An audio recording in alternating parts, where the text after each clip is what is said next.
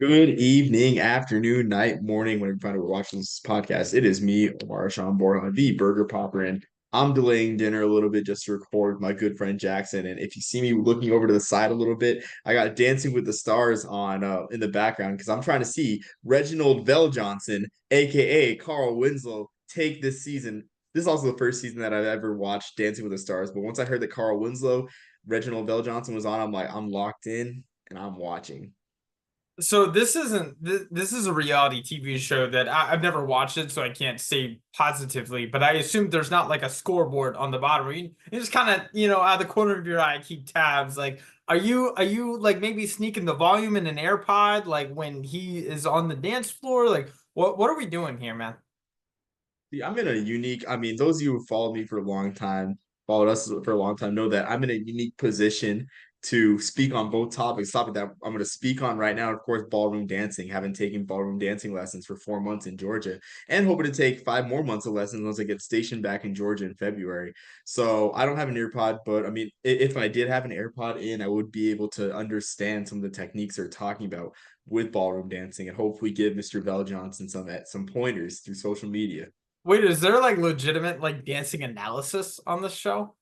I've no I clue. don't know. Not really Okay. analysis, I but was like about the to say, how judges funny would say, that be if yeah. they got very like specific and nuanced into critiquing that? It's never struck me as that type of show, but crazier things have happened. So, Omar, Yeah. what a great week of college football. For those of you that don't know, I traveled with my wife to Starkville, Mississippi, to go to the Florida Mississippi State game, which was great as a Florida fan. It was like the one game of the year so far that we actually looked competitive, although we you could argue we didn't beat them as well as Toledo did the previous week. But my ears are thankfully not ringing from the cowbells, but despite that was a lot of fun. So Yeah, wow. You actually traveling to a game instead of sitting and taking in a college football Saturday. Hell must have frozen over. Gee whiz. But that's great to hear you went to Stark Vegas for sure. And of course, Toledo did beat Mississippi State, but only to lose to Western Kentucky the next week, which like the group of five season is just it is I can't make insane. heads or tails out of it. It's the whole thing's strange. That was like all in on Northern Illinois, and then they lost to Buffalo. So like the MAC looks amazing this year, though. Like I really think that they will have a team ending in the top 25 by the end of the year.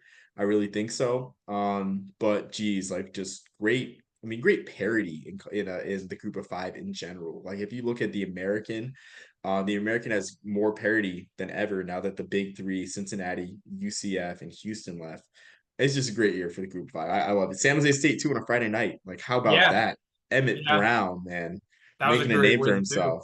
Well, even making a name for himself on Friday. In the words of Channing Tatum.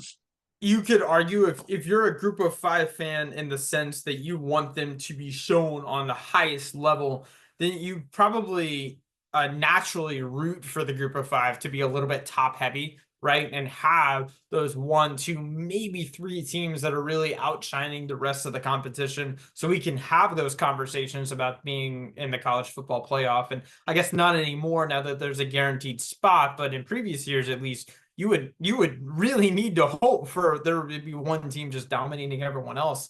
I think now that a lot of the upper side of the group of five is now moved on to the power four, and obviously the transfer portal doesn't help anything with a lot of these group of five, their best players being sent, getting promoted into some of those power conferences. That it's a very uncharted territory for the group of five, and just for any school that's not a blue blood essentially. So it'll be interesting to see how it balances out in the next few years. But for now, we're just going to enjoy it, knowing that there's a guaranteed spot at the end of the tunnel, and like you said, enjoy the parity that we have. Yeah, counterpoint though in the transfer portal.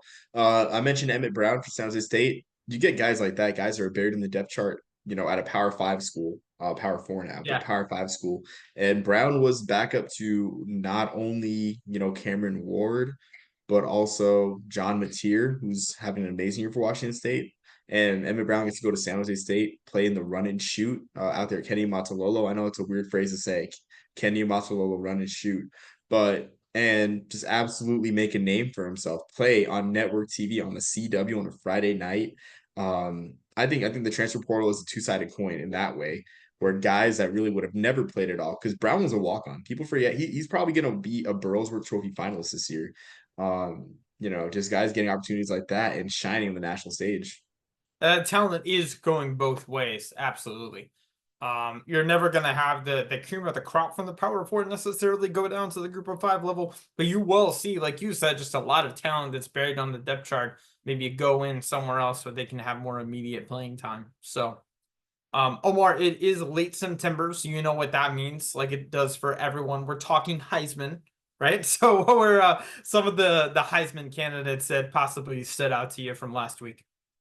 Heisman equals narrative, right? And who doesn't love the troops? Last week, both quarterbacks for Army and Air Force, you got Bryson Daly for Army, Blake Horvath for Navy, doing it different ways. So starting off with Bryson Daly, 12 o'clock against Rice. Now Rice isn't the toughest opponent, but Bryson Daly had probably, I mean, I won't say one of the most grittiest because that's his MO. He will run over you, he will carry you, he will drag you, he will do all that. There's not really much finesse in Bryson Daly's game. He had 24 carries for 145 yards, but also throwing the ball. Army has their best short pass game since they switched to the triple option back in 2008 that I've ever seen as an Army fan. The short passing game is awesome.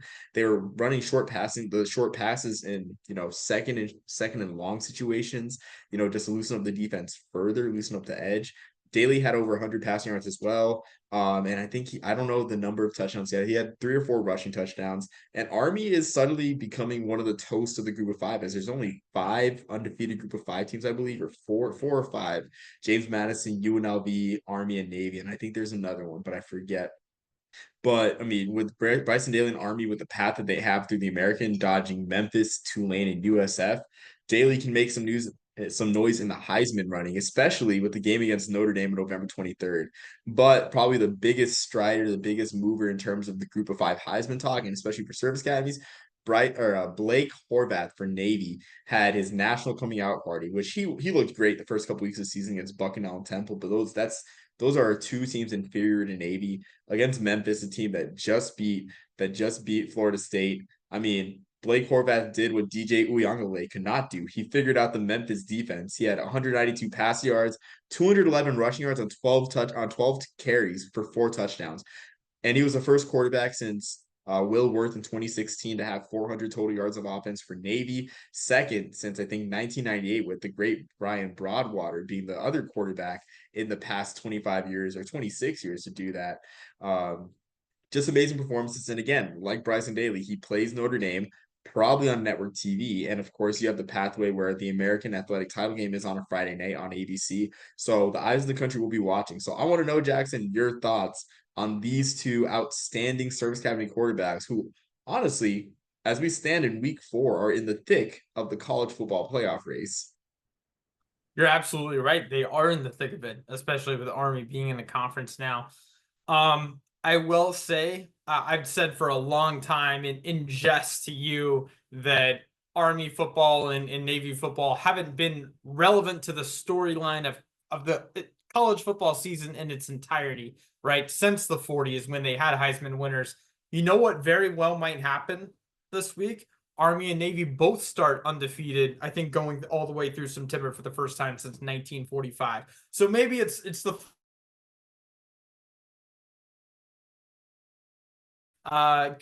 service academies come into national play for our national relevance in the storyline that is each season, right? So I think that would be really fun to see. I will say I haven't watched much Army football this past year. This Bryson Daly led passing game, is this more timing throws? Like, is he ever getting to a second or third read? That's not an insult. I'm just saying, like, is this like a strictly timing offense? Is this like, how is this working exactly? So it's a timing. So this is a timing offense, and we're seeing a lot of short out routes, short hitches, and Okay, everything. But that's the thing where it's like nice. Army is willing to run those outs and hitches on second and mediums, third and longs, even, and really loosen up the defense. It's something because when you think a flex bone passing game, you think chunk plays, you think play action to the slot back streaking up the middle or jump ball to the big wide Yeah. receivers on the edge. You don't really think short passing game. So for both Army and Navy. I mean, Navy is using a tight end for the first time since the mid 90s, late 2000s. And he caught a pass yesterday. Thomas Scully caught a pass up the middle for Navy. So both teams are running different passing schemes. But I will say, like you said, with the relevance in terms of the national title race, with Navy, I do feel like Blake Horvath is in a better position to accumulate stats that are conducive to, I guess, being a Heisman finalist because Navy's wing T, their pass offense is more prolific, more efficient, and more prone to big plays than Army's flex bone. Of course, he had 192 yards passing last week, and then I think the week before, he had about like 170 or so passing yards against Temple. So he's accumulating more passing stats, but geez, both these quarterbacks are on a torrid pace and they're national relevant, which I will say too, for Malcolm Perry had the greatest season for an option quarterback in 2019, 2,000 yards rushing when it was all said and done after the bowl game. But he faltered in his two most important games of the season from a national title New Year's Six perspective. They lost to Memphis on Thursday night at the Liberty Bowl in a game that ultimately, if you look at it, really decided the AAC West and the AAC as a whole, giving Memphis a bit of the Cotton Bowl that year. And he lost against Notre Dame. Like the Notre Dame game wasn't even close. I think they were down like 42-0 at halftime against Notre Dame. It was just really ugly. So even though Malcolm Perry had that amazing season, his moments against big teams weren't there. We'll see if Blake Horvath delivers against Tulane later in the season, like he did against Memphis, or delivers against Notre Dame in front of a national audience at Giant Stadium. It has more, and I guess tops Daniel Jones' single season high for passing yards this year. We'll see. We'll see.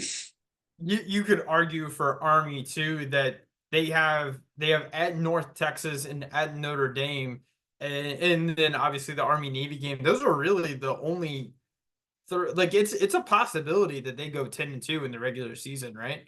If you kind of count Army Navy as an exhibition game, because they UTSA, not the team that they were just a couple years ago, right? Air Force, I'm going to talk a little bit more about their struggles later, but not been a good team. East Carolina has not, 2-2, not been there yet. UAB, the experiment that is UAB football right now, is not doing so hot. Tulsa has not looked great. Temple 1-3. They've this is not a hard schedule outside of those two back-to-back games in November, with the bye in between. So Yeah, I agree. And I forgot to mention too, the Air Force game is also on CBS. I mean, yes, for both yes, it is. Army and Navy. So it's a noon kickoff. CBS, that is a lead in to I think a Big Ten game. I guess those Saturdays at 3:30. But I mean that's also a more exposure because last year, if you look at Air Force being in the New Year's Six talk, right? And so I think it was like they came into that game 7-0 against Navy or 6-0 against Navy, and Zach Larrier threw a 94-yard touchdown on CBS. And I thought at that time that, hey, if Zach Larrier is a Heisman finalist, Air Force quarterback last year, then his Heisman moment is that 94-yard touchdown against Navy in a low-scoring game. So, there's plenty of moments for exposure for the academies during the season end, especially with them both being in the AAC title race. I want to hopefully use this Navy UAB game this week to talk a little bit about Trent Dilfer next week, because that has been, I don't know what to make of that. It's not looking like it's being a success, but UAB was non-existent not that long ago, right? So it's a lot to build up from, and all love for that program. I was in Birmingham on the way to Stark Vegas, and love the city, love everything about Birmingham. So hopefully they can get it going, but. We'll move on to our games of the week to watch. I'll start, Omar, with We're doing one. players of the week. We're doing players of the week Oh, first. oh gosh, yes. I'm sorry. I mean our players of the week from last week. I'll start with my offensive player of the week, Fluff Bothwell, the running back from South Alabama. He is a true freshman who has had a touchdown in every game that he's played in this year, which is all 4 games thus far, including he has had 2 touchdowns in each of the last 2 weeks, which is what kind of caught my attention. This past week, obviously on Thursday Night Football again, on the road at App State. He had 14 rushes for 116 yards and 2 touchdowns. South Alabama just this year has been putting on just an offensive showcase. They've obviously got a tough challenge in LSU this week. Although it does look, for unfortunate reasons, a little bit less daunting than it did last week. With no Harold Perkins, he's going to be out for the year for LSU. Definitely their best defensive player. So I'm curious to see in the game against LSU if South Alabama kind of stays true to their run game that has gotten them where they are. I think they should stick to that in order to win. And they know they'll need to participate in a track meet probably for a little bit. But if they can, shorten the game, take time off the clock, if Fluff Bothwell doesn't get overwhelmed in Tiger Stadium, then I think we could have maybe an entertaining one for at least the first few quarters. Yeah, sorry, Jax. I was listening. They got the TV on me, but Reginald Bell Johnson was dancing. He absolutely killed it. Carl Winslow killed it out there. He was in a nice police uniform. But what you're saying about South Alabama and the run game, honestly, a lot of people are picking South Alabama LSU as a trendy upset pick, and I don't blame them. Honestly, looking back, the North Texas's win over South Alabama looks even more impressive in retrospect with how great South Alabama's been playing on offense and the way that they just dominated App State, a team that I thought App State was a Sun Belt favorite in my opinion. They're a Sun Belt favorite in my opinion. The way they just dominated them, it's definitely they're definitely a name to watch. And I know like a lot of people think, I guess the perception is South Alabama does it through the air, right? Jalen Tolbert, current Cowboys receiver. Um, Sorry, not Jalen Tolbert, Jaden Tolbert. Yeah, I think it's Jalen Tolbert. My bad. Jalen Tolbert, current Cowboys receiver, had an amazing year. Was snubbed of a Bolitnikoff finalist spot in 2021 or 2022.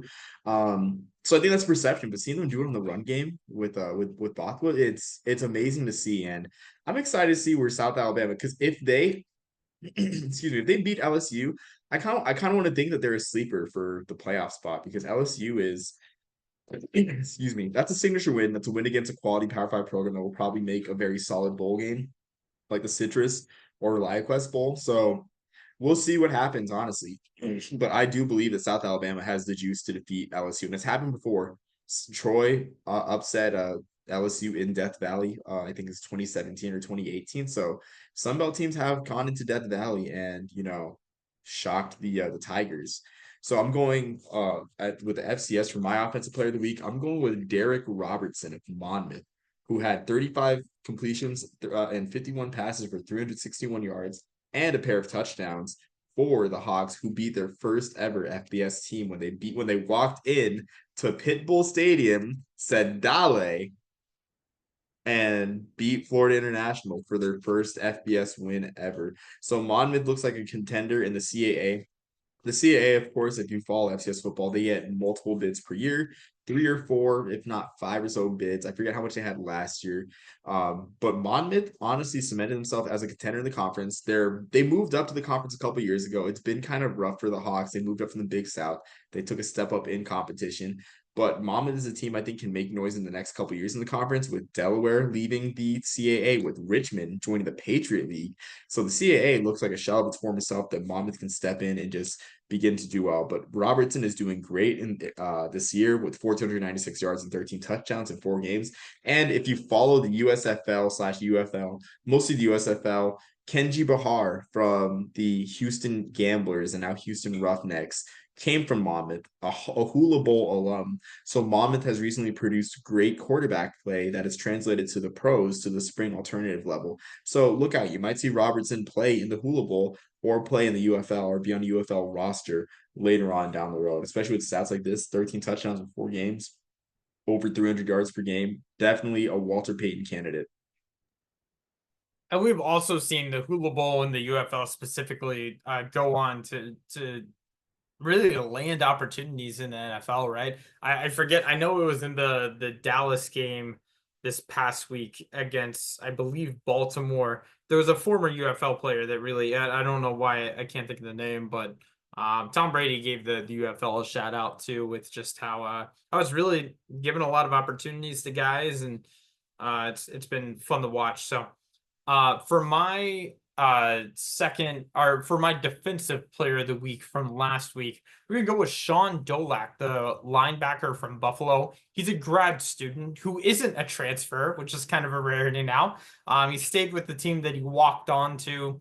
In 2022, he led the nation in solo tackles, so you might have heard of him before from that.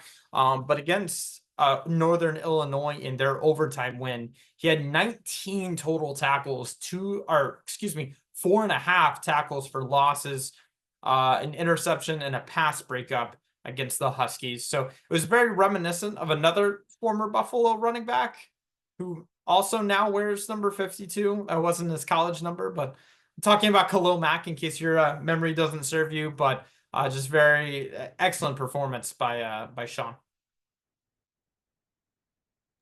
Yeah, absolutely. Buffalo, again, like mentioned earlier, Buffalo beat Northern Illinois, who beat Notre Dame, and Buffalo looks like a front runner in the MAC. They play a UConn game, which that was originally one of my games of the week, UConn Buffalo, because that game is quickly looking like a fascinating game for bowl purposes and everything. But man, like Dolak and Buffalo is not the flashiest team, but they will sure play some great defense. And they've done so far. 74 points allowed.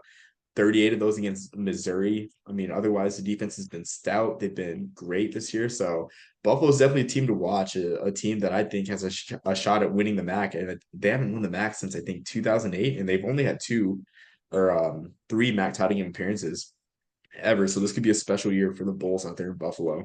So moving on to my defensive player of the week, I got Hayden McDonald for Columbia in their upset victory over Lafayette. And so this year, each year, we keep telling ourselves this is the year that Columbia wins its second Ivy League title, first since 1961. Maybe this year's a year, but with the win against Lafayette, a team that knocked off Holy Cross, that ended Holy Cross's was it 2019, 20, 21, 22? Holy Cross's four-peat in the Patriot League.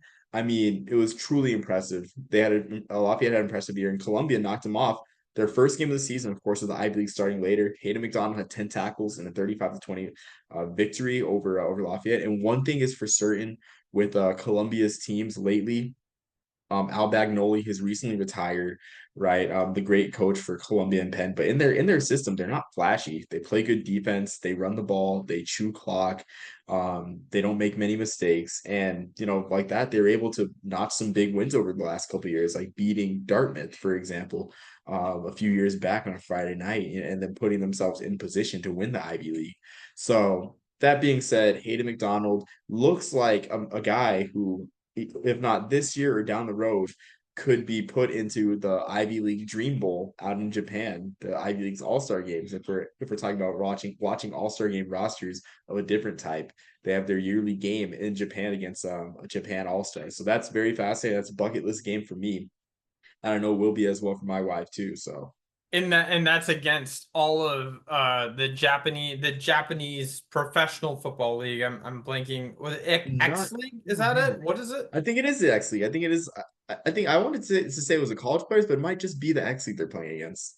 So it was, if I remember right, because we did a whole podcast on it from 1 or 2 years ago. I can't remember. It was like the All Stars. It was basically like a All Star game between all of the professional football league and the college league or college level. It's kind of the best of both. I think it was mostly the professional league players, but you did have some college guys on there too.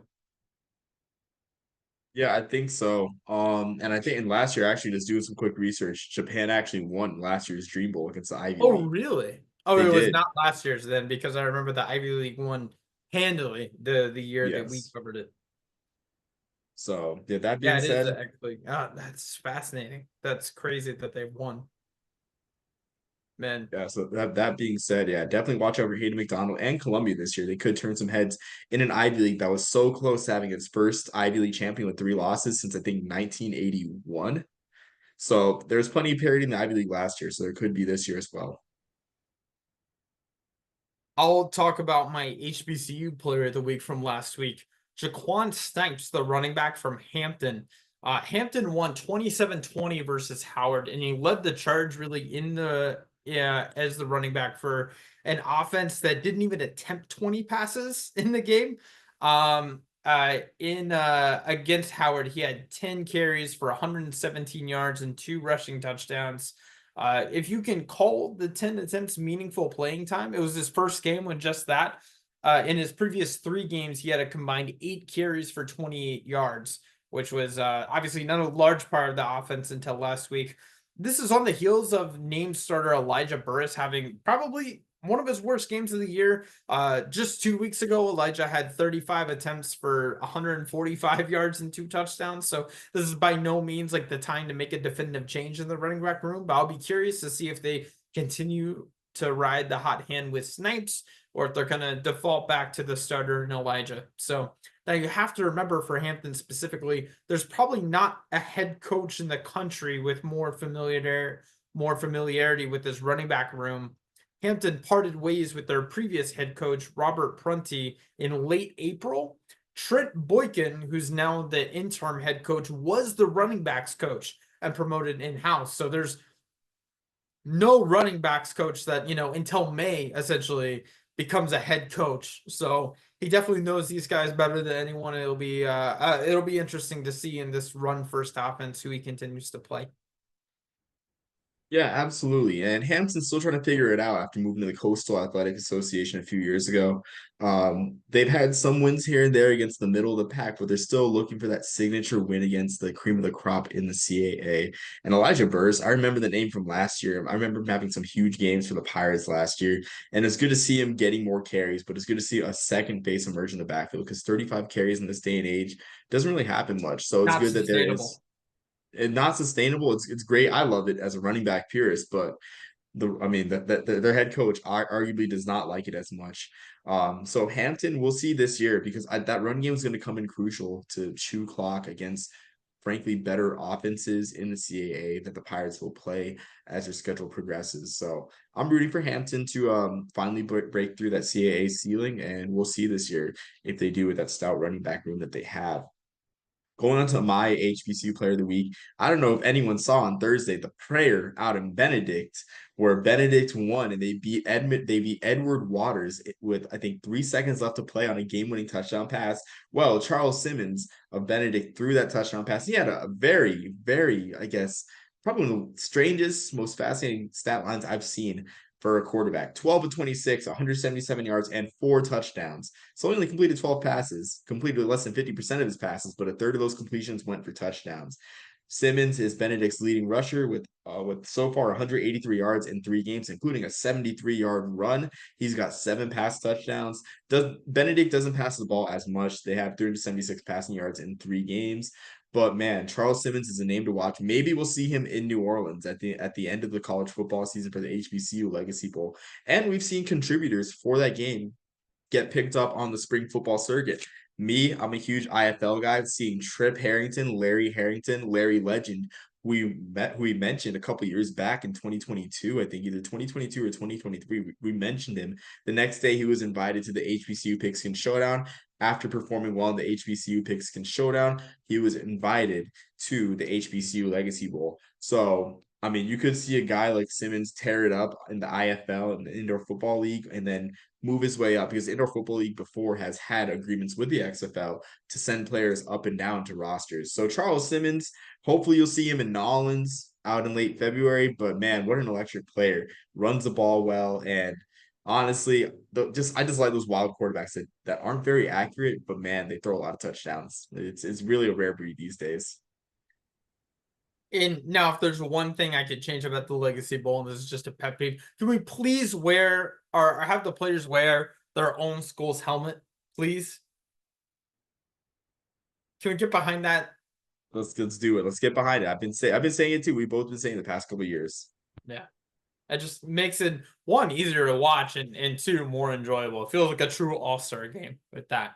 But I'll move on to our games of the week to watch. Now, I will tell you, if you're expecting us to talk Georgia, Alabama, you are probably tuning into the wrong podcast.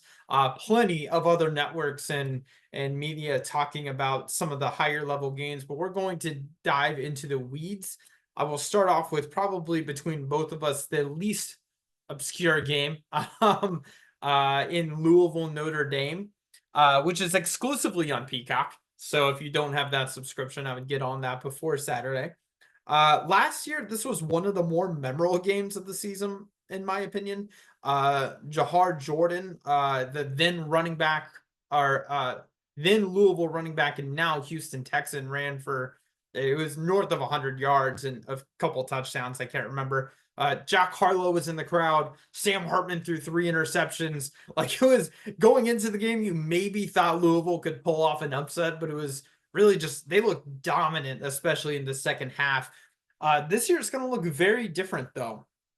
I don't know if Louisville has one returning skill player from last year's game, especially with wide receiver Jadon Thompson is now unfortunately out for the rest of the year with the knee injury. Yet with no inheritance of last year's talent, they still have a top 16 total offense and a top 12 scoring offense, which is great.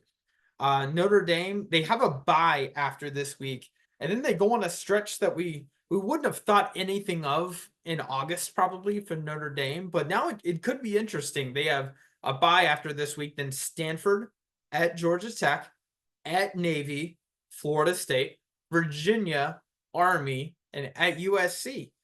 I don't think any of those are a guaranteed win. I think if you had to put a label on them, it would be Virginia, would probably be the easiest one, but Stanford really didn't make Kyle McCord look great.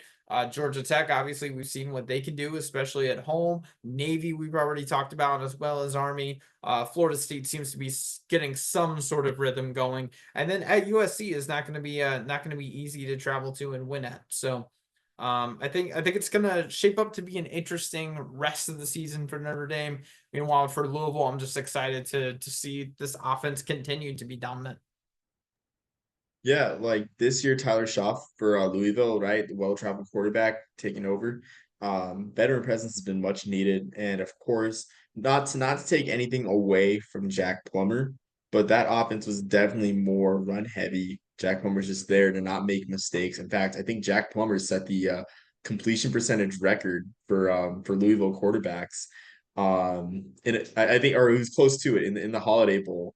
But of course, Louisville lost that game to USC, which kind of expresses that. No offense to Jack Plummer though, but yeah, like But this, with Louisville, like that would have been, would have been dumb not to, right? When you have two NFL running backs in the room. yep, The I already exactly. mentioned their top one, Isaac Garindo, was the second one who made a name for himself in Indianapolis at the combine last year. But Yeah, I mean he's on the Niners now. Grando's on the Niners. I'm glad he's on the team. But yeah, like I mean this offense is more spark for sure. The Louisville team is kind of like last year's team, flying under the radar, really, because I don't think anyone's really giving them much credit. And again, it may just take them walking to Notre Dame and beating them for the eyes of the country to be back on them. And like you said, I mean, I'll never forget with Jack Harlow being in the audience, Joe Tessitore having to call the camera pan to Jack Harlow, and he's like Jack Harlow loving on his home team. For those of you that aren't in the know, of course, Jack Harlow loving on me, hit song from last year. But yeah, that one should be fun to watch and should drive some Peacock subscriber numbers up. Joe T has some great calls in his ears. Like, He he's one of the absolutely more does. underrated. Yeah, so going on to my first game, I love my neutral site games. I was at Sam Houston's NRG Stadium game last year against Air Force. That game got CBS Sports Network treatment. This year, not so much with Texas State coming to town, even though Texas State has got a heck of a team under GJ Kinney. But we got Sam Houston or Texas State playing Sam Houston at NRG Stadium, and that one is at 1 o'clock on ESPN Plus. Sam Houston looks like a bowl team. They look like a team that could play in the Conference USA title game with how weak the conference is, with how New Mexico State has fallen. New Mexico State, a team that Sam Houston just beat at home, allowing only 152 yards to the Aggies. Really stout defense. The pass defense is really great. They held Braden Shager to 252 yards in that Hawaii run and shoot scheme. And I know that doesn't sound great, but keep in mind Hawaii runs a run and shoot. Shager threw 42 passes, and many of the Shager bombs were incomplete as he only completed 21 passes. But Sam Houston, of course, faces a great test against that juggernaut Texas State offense that played so well against Arizona State, that scored 49 on UTSA in a game that was really jaw dropping for a lot of people in the group of five, where it had a lot of people thinking that maybe UTSA is in the midst of a rebuild.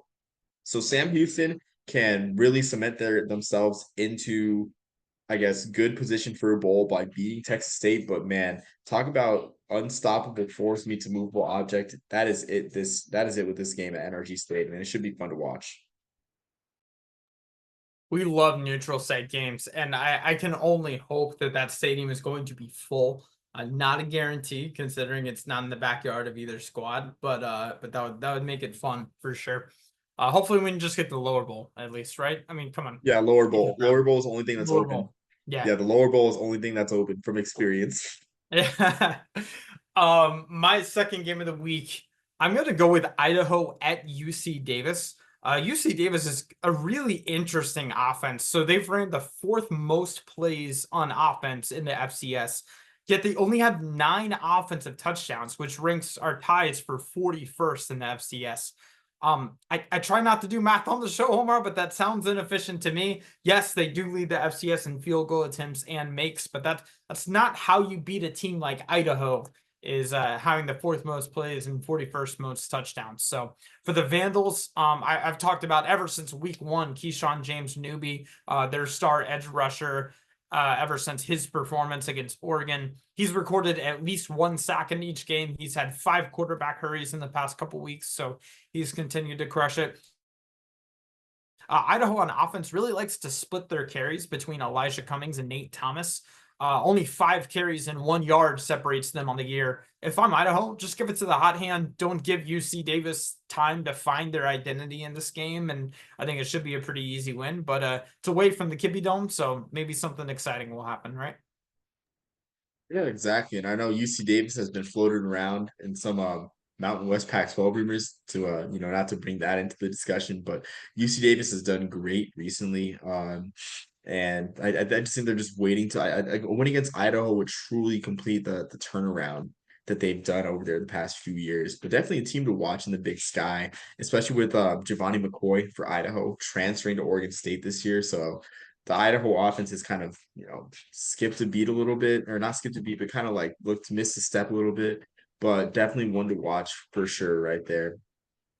Going on to my next game of the week, going on the opposite side of the country, we're looking at Howard Princeton this Saturday. I don't have the network yet, but I know it's on ESPN Plus. I want to think the kickoff is 1 p.m. out there at Princeton's Powers Field, and Howard or an HBCU has never beaten an Ivy League school in the few opportunities that they've had. I think it's been 3 chances that the Ivy League has had, or 4 chances that the Ivy League has had to beat, or that HBCUs have had to beat Ivy League schools, and it's never happened. I think Howard's got a pretty good shot against Princeton this Saturday, and it starts with the defense, where Kenny Gallup, he was on the Shrine Bowl 1000. He had 14 tackles against Rutgers. I think he's probably one of the best HBCU, if not the best HBCU defensive back prospect since Jacoby Durant, and if not going further to Dominique Rodgers-Cromartie, because he is just a ball hawk safety who plays downhill, plays strong, and his ability to play downhill is so necessary for this week against Princeton. Because Princeton's offensive line struggled last week on the ground, only running for 7 yards, or running for -7 yards on the ground. So sitting here right now, we both had more rush yards than Princeton had last week, and allowing 6 sacks to Lehigh. So I think this is the MEAC. This is an HBCU's best chance to beat an Ivy League school in a while. And I'm looking forward to it. So, I mean, I think Howard is a nice upset pick in this game with Kenny Gallup and that strong Howard defense. You know what the best thing about this week in Ivy League football is, right?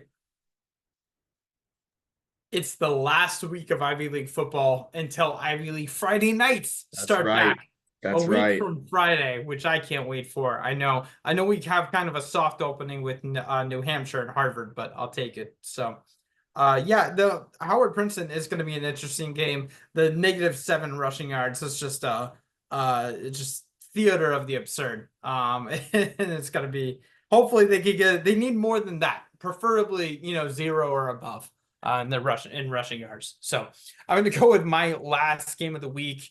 It is Air Force at Wyoming. You may clip this and tag the Sickos committee, but I really want to see where these teams land. Both of them have been struggling uncharacteristically this year, and I think this is going to be a really good litmus test for both. Air Force doesn't have a top 100 rushing offense, and who knows how long. And Wyoming is 0-4 to start the year, losing by multiple scores to all of their FBS opponents. I don't know if there's a team that's looked worse directly because of their portal losses. I know we joke about Clemson and all that, and struggling in the transfer portal, but it's really nothing like this. Wyoming's starting quarterback has a 44% completion percentage, and they don't have a running back that's averaging 3 yards a carry right now, which is horrible on both sides. So they haven't lost a game in Laramie since 2022. They just lost at home by 27 to North Texas. So just like I said, an uncharacteristically bad year for Wyoming. And then for Air Force, I don't want to get as much into the personnel issues that they're having, but just kind of a thought that I had. None of the teams that you've really seen in the news about realignment have been doing great. I know it's a chaotic time right now to be a member of the Mountain West, and I have no intel on this and no insight or inside insight, but you can't help but wonder if it's a distraction a little bit. I know the cadets at the Air Force Academy are probably just studying, practicing, eating, and sleeping in that order, but whatever the issue is, they have to figure it out quick, and they can't blame it on the transfer portal at the academies. So with Air Force, I think the thing it all starts with a fullback. Strong fullback play is a start, and losing Emmanuel Michel, who ran wild against James Madison in the Armed Forces Bowl and had an amazing year. And of course, they lost in their first game as well. They lost Dylan Carson, a returning fullback who was pretty solid in 2023. So the fullback play has struggled. So of course, the quarterback play and everything else is a triple option is a struggle. There some red flags were raised against Merrimack for sure. Those red flags remained against San Jose State when I don't think they had even 150 rush yards against the Spartans. So this one will be interesting to see. And of course, the week after, I don't think Air Force will be looking ahead to the Naval Academy, but they do play Navy in the rivalry game next week. So we'll be interesting to see. 6 p.m. I think our guy Rich Waltz is calling that one because they usually have the best the Mountain West game on CBS Sports Network. So I think our guy Rich is calling that one. So that's a reason to tune in. I love Rich Waltz's calls. We both do, of course. Rich is the best. Yeah. He is. He's amazing. Going on to my last game of the week. Of course, neutral site games. We have another HBCU Classic this week. We have the Circle City Classic at Lucas Oil Stadium. North Carolina Central plays in the second straight year. In this classic, they play Norfolk State in a game that's crucial in the MEAC. And talk about a 5-game season. The MEAC with the Road to the Celebration Bowl, it's cut and dry. It's a sprint. You got 5 games, and whoever comes out on top gets to go to Atlanta. So this is a crucial game for Norfolk State, who has lost 3 in a row to North Carolina Central. They are down in the series 13-7, including 8-2 in the last 10 years against the Eagles. But I really think Norfolk State has a shot here because Norfolk State looked solid against the defending Black College Football National Champions in Week 0 in the MEAC SWAC kickoff. Of course, they had the heartbreaking 2-point conversion stopped against Florida A&M in that game on ABC, which was an absolute cinema. But Norfolk State, their passing game has improved greatly since then.